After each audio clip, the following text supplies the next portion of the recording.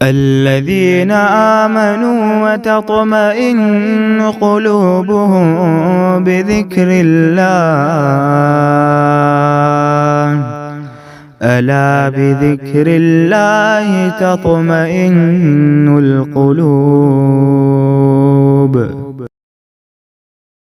تو آج ابھی آپ کے اور میرے پاس وقت ہے، جب کل نہیں رہے گا تو کیا ہوگا؟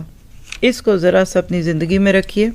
اور ایک چھوٹی سی تحریر ہے، یہ التبصرۃ فی الواعظ کتاب کا نام ہے، پیج 2 اس کا جلد 2 ہے اور پیج 88 ہے۔ لکھنے والے ہیں امام ابن جوزی رحمہ اللہ، کہتے ہیں کہ نصف رمضان گزر چکا ہے، اے لوگو تمہارا مہینہ آدھا گزر گیا، تو کیا تم میں سے کسی نے، اب یہ میرا آپ سے اور آپ کا اپنے آپ سے یہ سوال ہونا چاہیے، کیا تم میں سے کسی نے، مراد ہے کہ ہر ایک نے، آپ نے بھی اور میں نے بھی، اپنے نفس کو کچل کر تابع فرمان بنا لیا؟ کیا تم نے ان باتوں پر عمل کیا ہے جو تمہیں پہنچی؟ کیا تمہیں اعلیٰ منازل کو پانے کا کوئی شوق پیدا ہوا؟ ان ایام میں نیکیاں کرنے والے اپنا کام جاری رکھو، اور ان ایام میں برائیاں کرنے والے اپنے آپ کو ڈانٹ ڈپٹ اور ملامت کرو۔ اگر اس مہینے میں بھی خسارہ ہی اٹھانا ہے تو نفع کب کماؤ گے؟ چند سیکنڈ رکو، خود سے یہ جملہ بولیے، اگر اس مہینے میں بھی خسارہ ہی اٹھانا ہے تو نفع کب پاؤ گے؟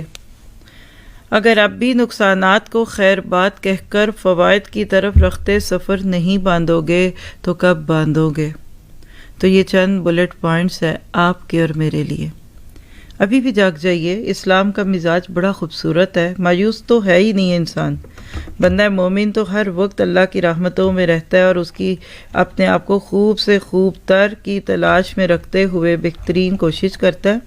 تو اگر آدھا گزر گیا تو خود کو یقین دلائیے کہ بھی آدھا باقی بھی تو ہے، اور اگر آدھے سے کچھ کم بھی باقی ہیں دن تو کوئی بات نہیں ہے، اور اگر کہیں آدھے سے زیادہ ہے تو نہیں، اور اگر کوئی اس کو رمضان کے بعد سن رہا ہے، یہ بھی تو سنیں گے نا، تو پھر تو اور بھی خوشی ہے اس بات کی کہ میرے پاس تو پورا سال ہے، میں اس کو جیسے بھی سن سکوں۔